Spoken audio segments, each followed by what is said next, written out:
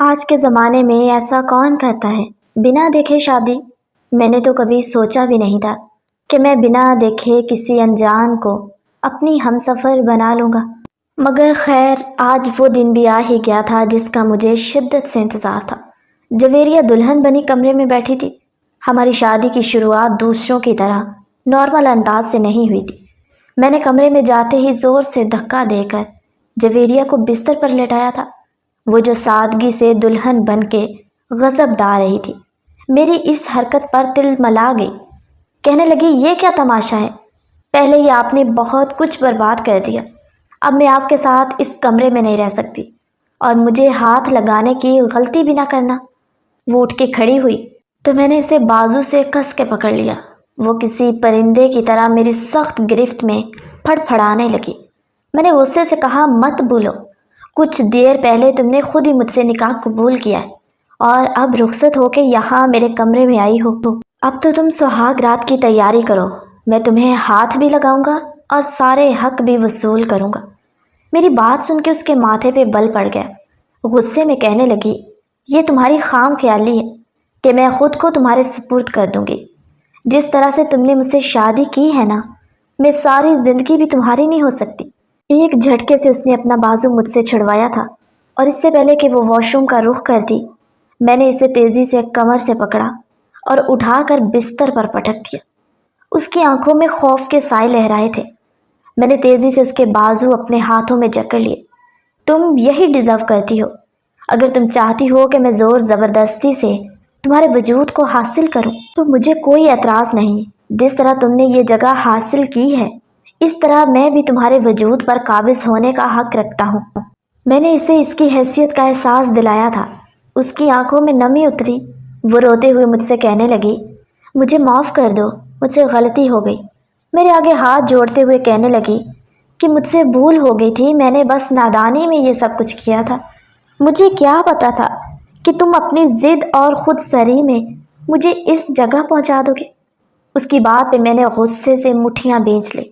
اس کے قریب ہوتے ہوئے اس کے چہرے پہ اپنی سانسوں کی گرمائش چھوڑتے میں نے دھیرے سے اس کے کان میں کہا کہ تمہارے لیے یہ نادانی یا مذاق ہوگا، مگر میرے لیے یہ بات زندگی اور موت کے برابر تھی۔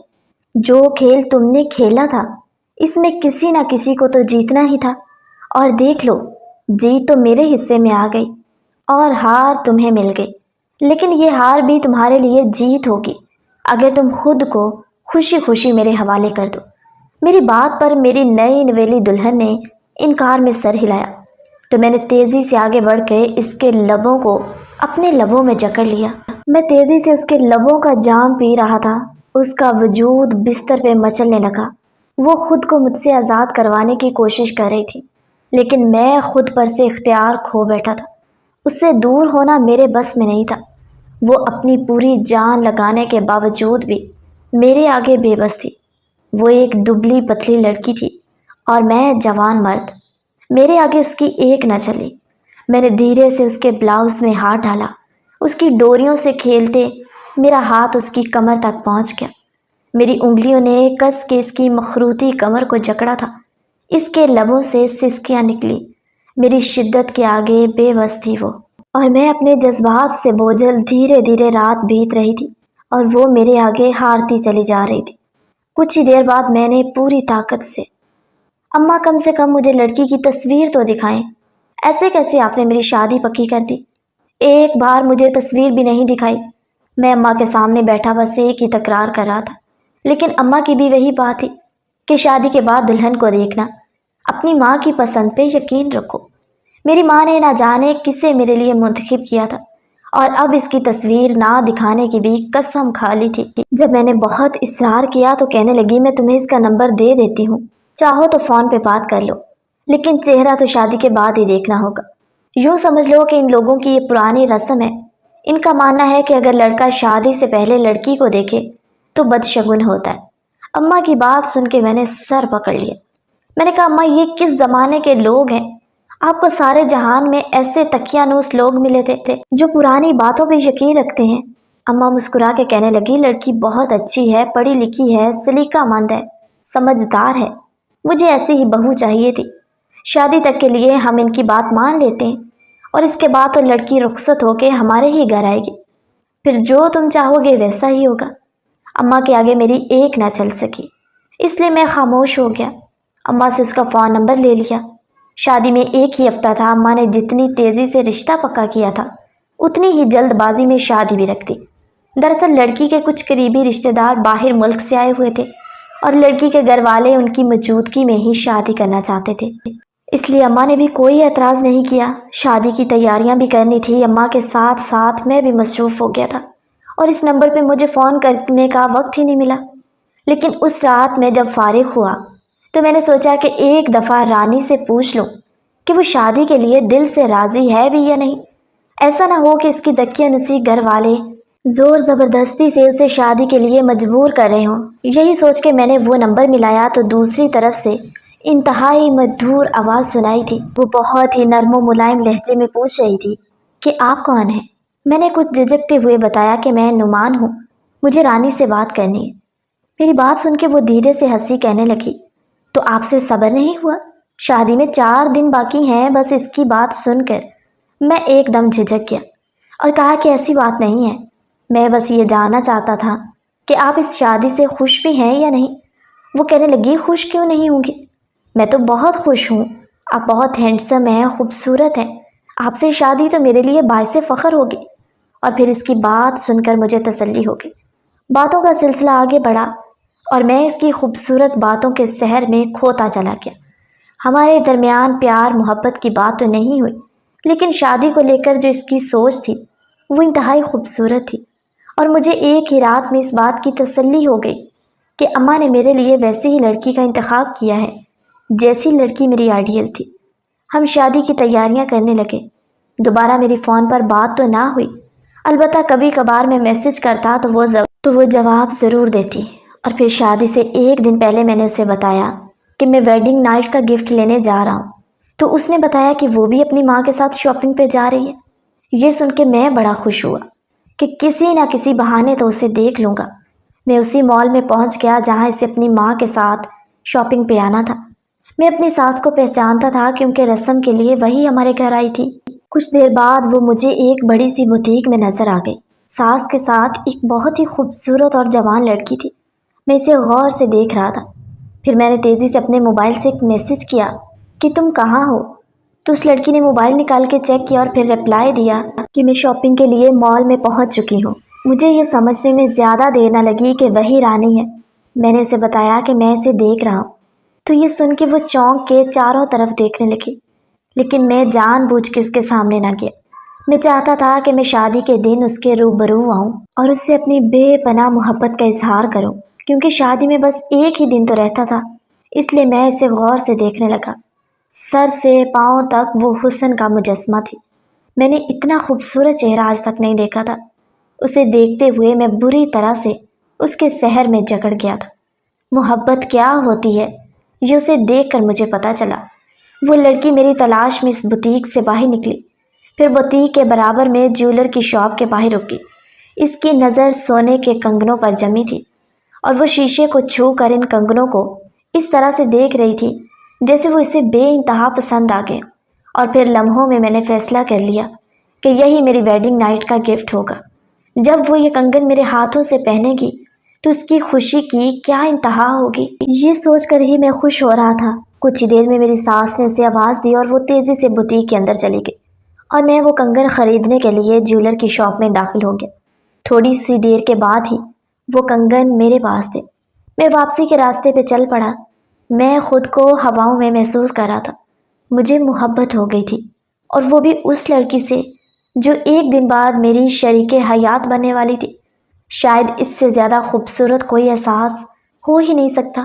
اس رات میں نے جب اسے فون ملایا تو کہنے لگی اگر آپ مال آئے تھے تو مجھ سے کیوں نہیں ملے؟ وہ اتنی خوبصورت آواز میں شکوہ کر رہی تھی کہ میرے دل کی دھڑکنیں تیز ہو گئی۔ میں نے دھیرے سے کہا کہ آنے والی رات میری اور آپ کے ملن کی رات ہے۔ میں چاہتا ہوں کہ ہم دونوں جب ایک دوسرے کے سامنے ہوں تو پھر کوئی پردہ باقی نہ رہے۔ میری بات پہ وہ کچھ لمحوں کے لیے خاموش ہو گئی، پھر کہنے لگی گھر میں بہت مہمان ہیں، ابھی میں فون رکھتی ہوں، اور اس نے فون بند کر دیا۔ میں کتنی ہی دیر فون کو دیکھتا رہا۔ اسی کے خیالوں میں مجھے نیند آ گئی۔ پھر اگلے دن میں بارات کے لیے دھوم دھام سے اپنے گھر والوں اور دوستوں کے ساتھ رانی کی دہلیز پہ پہنچ گیا، جو میرے دل کی ملکہ بن گئی تھی۔ میں گھوڑے پہ بیٹھا تھا، میرے دوست خوب ناچ گا رہے تھے، میری اماں بہنیں بھی بہت خوش تھی۔ میں گھر کا بڑا بیٹا تھا، سب سے پہلے میری ہی شادی ہو رہی تھی، یعنی ہمارے گھر کی پہلی شادی تھی، اس لیے میری ماں نے کسی چیز میں کوئی کمی نہیں چھوڑی تھی۔ ناچ گانا رکا تو میں گھوڑے سے اترا اور شادی ہال میں داخل ہونے لگا، لیکن دروازے پہ ہی میرے قدم زنجیر ہو گئے۔ میں آنکھیں پھاڑے اس حسینہ کو دیکھ رہا تھا جسے میری دلہن بنے اسٹیج پہ ہونا چاہیے تھا، لیکن وہ ہاتھوں میں پھولوں کے تھال لیے ریسیپشن پہ کھڑی تھی۔ میری ماں نے میرے رکے ہوئے قدم دیکھے تو کہنے لگی، کیا ہوا نعمان، رک کیوں گئے؟ اندر چلو۔ میں نے ماں کی شکل حیرت سے دیکھی اور کہا کہ آپ نے تو کہا تھا کہ یہ تکیہ نسی لوگ ہیں، لیکن یہ تو بہت ہی زیادہ ماڈرن ہے۔ دلہن خود ریسیپشن پہ کھڑی ہے، دلہے پہ پھول برسانے کو تیار ہے اور کسی کو کوئی اعتراض نہیں۔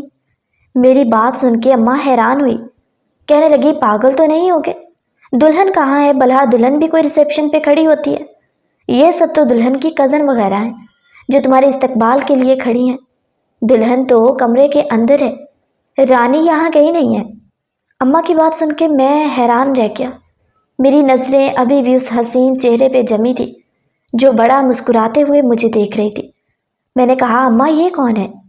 اماں نے ایک نظر اس لڑکی پہ ڈالی، کہنے لگی، یہ تو امریکہ سے شادی اٹینڈ کرنے کے لیے آئی ہے، یہ رانی کی کزن جویریہ ہے، بڑی ماڈرن قسم کی لڑکی ہے، ابھی بھی دیکھ لو کس طرح کا لباس پہنے کھڑی ہے۔ اماں کا لہجہ بہت ہی حقارت بھرا تھا، جبکہ اماں کی بات پہ میرے قدموں تلے سے زمین نکل گئی۔ میں پھٹی پھٹی نگاہوں سے اس لڑکی کو دیکھ رہا تھا جسے میں نے رانی سمجھ کے اپنے دل میں جگہ دے دی تھی۔ میں 2 قدم پیچھے ہٹ گیا۔ میری حرکت پر وہاں موجود سبھی لوگ ہکا بکا رہ گئے۔ میں نے کہا، اماں میں آپ سے بات کرنا چاہتا ہوں، اور رانی کے والد سے بھی۔ اماں کہنے لگی، آخری وقت پہ تم کیا کر رہے ہو؟ سب خیریت تو ہے؟ میں نے کہا، نہیں اماں، انہیں تنہائی میں بلائیں۔ اماں نے رانی کے والد کو اکیلے میں بلوایا، اماں بھی وہی تھی اور میں بھی۔ پھر میں نے انہیں ساری بات بتا دی کہ میں جویریہ کو رانی سمجھ بیٹھا اور میں اسی سے محبت کرنے لگا ہوں۔ میں اب رانی سے شادی نہیں کر سکتا کیونکہ مجھے جویریہ سے محبت ہے۔ میں نے فون والی بات بھی بتائی تو رانی کے والد نے مجھے بڑی عجیب نظروں سے گھورا، کہنے لگے، ہمارے گھر کی لڑکیاں ایسی نہیں ہیں، نہ وہ فون پہ مردوں سے بات کرتی ہیں۔ رانی کے والد نے غصے میں جویریہ کو اور اس کے والد کو وہیں بلوا لیا۔ کہنے لگے، یہ جو لڑکا الزام جویریہ پہ لگا رہا ہے کہ اس نے رانی بن کے اس کے ساتھ محبت بھری باتیں کی، اور اب یہ رانی سے نہیں بلکہ جویریہ سے شادی کرے گا۔ رانی کے والد کی بات سن کر جویریہ کے چہرے کے تاثرات بدلے۔ وہ پھٹی پھٹی نظروں سے مجھے دیکھتے ہوئے کہنے لگی، میں نے تو بس چھوٹا سا مذاق کیا تھا رانی کی اماں نے مجھے اس کا موبائل فون دے دیا تھا کہ شادی تک میں اس کا فون اپنے پاس رکھوں، کیونکہ اسے بہت زیادہ فون استعمال کرنے کی عادت ہے اور مہمانوں کے بیچ دلہن فون استعمال کرتے ہوئے اچھی نہیں لگتی، اس لیے رانی کا فون میرے پاس تھا۔ آپ کا فون آیا تو میں نے شرارت میں رانی بن کے آپ سے بات کر لی، لیکن میرا ہرگز بھی یہ مقصد نہیں تھا کہ آپ رانی کو چھوڑ کے مجھ سے شادی کی بات کریں۔ میں نے مال والی بات کا ذکر کیا تو کہنے لگی کہ ہاں، اس وقت رانی چینجنگ روم میں تھی، اس کا فون بجا تو میں نے چیک کر لیا، آپ کا میسیج تھا تو میں نے رپلائی کر دیا۔ مجھے کیا معلوم تھا کہ آپ مجھے نہ صرف رانی سمجھیں گے بلکہ محبت بھی کر بیٹھیں گے، میرا آپ سے کوئی واسطہ نہیں ہے۔ یہ کہہ کے وہ 2 قدم پیچھے ہٹی اور میں بس حیرت سے اسے دیکھتا رہا۔ اس کے لیے یہ کتنی چھوٹی سی بات تھی، ایک مذاق، ایک شرارت، جبکہ میرے دل کی دنیا لٹ گئی تھی۔ جویریہ کی اس بات پہ اس کے والد نے ایک زوردار تماچا اس کے منہ پہ مارا۔ وہ غصے میں کہنے لگی، تم نے بہن کے ہونے والے شوہر سے کس طرح کی باتیں کی ہیں کہ اب وہ تم سے شادی کی خواہش ظاہر کر رہا ہے؟ تم نے تو میری ناک کٹوا دی۔ جبکہ رانی کے والد بھی غصے سے لال ہو رہے تھے۔ میں نے اپنی اماں سے صاف صاف کہہ دیا کہ یا تو میری شادی جویریہ سے ہوگی یا پھر بارات ایسے ہی واپس لوٹ جائے گی، میں رانی سے کسی صورت شادی نہیں کروں گی۔ میری بات سن کے رانی کے والد میرے آگے ہاتھ جوڑنے لگے، کہنے لگے، بیٹا، سارا خاندان جمع ہے، بدنامی ہوگی، ہمارے ساتھ یہ ظلم نہ کرو۔ لیکن میں اپنے دل کا کیا کرتا؟ میں کیسے رانی کو قبول کرتا جبکہ میرے دل میں اب اس کے لیے کوئی جذبات نہیں تھے؟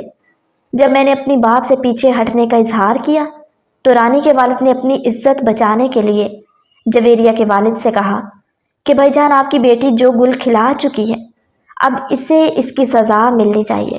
ہم رانی کی جگہ گھونگھٹ میں خاموشی سے جویریہ کو رخصت کر دیتے ہیں تاکہ خاندان میں عزت رہ جائے، ورنہ آپ کی بیٹی نے تو ہمیں کسی کو منہ دکھانے کے قابل نہیں چھوڑا۔ میری بیٹی کے مستقبل کا جو ہوگا وہ ہوگا، لیکن اس وقت میں بدنامی برداشت نہیں کر سکتا۔ آپ میرے بڑے بھائی ہیں، میں آپ کی بہت عزت کرتا ہوں، لیکن جویریہ کی غلطی پہ اب اسے سزا ملنی چاہیے۔ اسے ہمیشہ سے ہی ایسی غلطیاں کرنے کی عادت ہے۔ جویریہ کے والد اپنے بھائی کی بات مان گئے۔ انہوں نے کہا کہ ٹھیک ہے، ہم جویریہ کو رخصت کرنے کے لیے تیار ہیں۔ یہ سن کے میرا دل خوشی سے کھل اٹھا، جبکہ جویریہ انکار میں سر ہلا کے رونے لگی۔ لیکن اس کے باپ نے کہہ دیا کہ اگر تم نے شادی نہ کی تو میں خودکشی کر لوں گا۔ تمہاری وجہ سے میں اپنے خاندان کو بدنام نہیں ہونے دوں گا۔ پہلے ہی رانی بیٹی کا گھر بسنے سے پہلے اجڑ گیا ہے، اب مزید تمہاری وجہ سے میں کوئی تماشا برداشت نہیں کر سکتا۔ کچھ ہی دیر بعد نکاح پڑھایا جا رہا تھا، اور نکاح رانی سے نہیں بلکہ جویریہ سے ہو رہا تھا۔ میری ماں نے بتایا تھا کہ رانی بے ہوش ہو گئی ہے اور اس کی حالت بہت خراب ہے۔ میری ماں کو رانی کے لیے بہت افسوس تھا، لیکن اس سب میں میرا کوئی قصور نہیں تھا، اس لیے میں اپنا دل سخت کر کے نکاح ہوتے ہی جویریہ کا ہاتھ پکڑ کے رخصتی لے لی۔ سارے راستے وہ خاموش رہی، پھر گھر آنے کے بعد بغیر کسی رسم کے وہ سیدھا کمرے میں چلے گئی۔ سارے ہی گھر والے خاموش تھے، ایسے لگ رہا تھا جیسے شادی کا نہیں بلکہ موت کا گھر ہو۔ ہر کسی کے چہرے کا رنگ اترا ہوا تھا۔ میری بہنوں کی خوشیاں مٹی میں مل گئی، کیونکہ جو کچھ ہوا تھا وہ کسی بھیانک خواب کی طرح تھا۔ لاکھ چھپانے پر بھی مہمانوں کو خبر ہو ہی گئی تھی کہ جویریہ نے کیا حرکت کی ہے، اور میں نے شادی رانی سے نہیں بلکہ جویریہ سے کی۔ میری ماں مجھ سے کہہ رہی تھی کہ تم نے ٹھیک نہیں کیا، رانی بیچاری بے قصور تھی، اسے کس بات کی سزا دی؟ بارات دہلیز سے لوٹ جائے تو لڑکی زندگی بھر اس صدمے سے نکل نہیں پاتی، لیکن میں نے صاف انکار کر دیا کہ غلطی میری نہیں ہے، جویریہ کی ہے، اس لیے میں نے کچھ غلط نہیں کیا۔ میری بات پہ سب خاموشی سے اپنے کمروں میں چلے گئے۔ جب میں اپنے کمرے میں پہنچا تو جویریہ کو سکتے کی حالت میں بستر پہ بیٹھا ہوا پایا۔ وہ پوری طرح سے گمسم بیٹھی تھی۔ جیسے ہی میں نے قریب جا کے اسے چھوا تو وہ کرنٹ کھا کے کھڑی ہو گئی۔ مجھے برا بھلا کہنے لگی، میں نے مذاق کیا تھا، آپ نے تو میری زندگی برباد کر دی۔ رانی مجھے بد دعائیں دے رہی تھی، میں اپنے باپ کی نظروں میں گر گئی۔ سب مہمان مجھے نفرت سے دیکھ رہے تھے، آپ کی وجہ سے سب کچھ برباد ہو گیا۔ میں نے جویریہ کو کس کے بازوں سے پکڑا اور کہا کہ میری وجہ سے نہیں، سب کچھ تمہاری وجہ سے برباد ہو۔ تم نے رانی کی جگہ لی تھی، تمہیں بہت شوق تھا نا رانی کی جگہ مجھ سے بات کرنے کا، تو پھر اب اس کی جگہ دلہن بن کے سہاگ رات منانے میں کیا اعتراض ہے؟ میں نے سیدھا جویریہ کو دھکا دے کر بستر پہ گرایا۔ میری اس حرکت پر وہ تلملا گئی۔ مجھے میرے حقوق سے دور رکھنا چاہتی تھی، لیکن میں جذبات کی شدت سے چور تھا۔ میں نے پچھلے 2 دن سے اس وقت کا بہت شدت سے انتظار کیا تھا۔ میں اس کی قربت میں پگھلنے لگا۔ میں نے اپنے لبوں کو اس کے وجود پہ رکھتے اپنی محبت کی نشانی اس پہ چھوڑی تھی۔ وہ بری طرح سے پھڑپھڑا رہی تھی، لیکن میں نے اسے آزاد نہیں کیا، بلکہ پوری طاقت سے اس کے وجود کو اپنے وجود میں ملا لیا تھا۔ میں اس کے ساتھ جڑ گیا اور اس نے تھک کے اپنی آنکھیں بند کر لی۔ وہ حالات سے ہار گئی تھی اور میں جیت کر بھی ہار گیا تھا۔ اگلی صبح میرے لیے بہت خوشگوار تھی، لیکن وہ بالکل خاموش تھی، جیسے زندہ لاش ہو۔ اسے کسی بات کا ہوش نہیں تھا، نہ کھانا کھاتی تھی نہ پانی پیتی تھی، بس خاموشی سے ایک طرف بیٹھی رہتی۔ میں پیار جتاتا تو خاموشی سے ہی خود کو میرے حوالے کر دیتی۔ اس نے کبھی میرے جذبوں کی پذیرائی نہیں کی تھی، بلکہ ایک زندہ لاش کی طرح اپنے وجود کو میرے سپرد کر دیا تھا۔ اس کے والد دوبارہ سے پردیس چلے گئے، اس کا یہاں اب میرے سوا کوئی نہیں تھا۔ میں محبت سے اسے واپس زندگی کی طرف لانا چاہتا تھا۔ جس جویریہ سے میں نے محبت کی تھی وہ کہیں کھو سی گئی تھی۔ میں بار بار اسے احساس دلاتا کہ وہ میری بیوی ہے، میں اس سے محبت کرتا ہوں، لیکن وہ بس پھٹی پھٹی نگاہوں سے مجھے دیکھتی اور ایک ہی شکوہ کرتی کہ میری ذرا سی شرارت کا آپ نے بہت بری طرح سے بدلہ لیا۔ میں ہر طرح سے اسے نارمل کرنے کی کوشش کر چکا تھا، لیکن وہ نارمل ہی نہیں ہوتی تھی۔ ایسے ہی شادی کو 3 مہینے گزر گئے۔ میں پوری طرح تھک چکا تھا۔ میں جویریہ کو حاصل کرنے کے باوجود بھی حاصل نہیں کر پایا تھا، کیونکہ یہ تو وہ لڑکی تھی ہی نہیں جس کی باتوں سے مجھے عشق ہوا تھا۔ یہ جویریہ تو بات ہی نہیں کرتی تھی۔ 3 مہینے گزرے تو مجھے احساس ہوا کہ واقعی میں نے اس کے ساتھ بہت زیادتی کر دی۔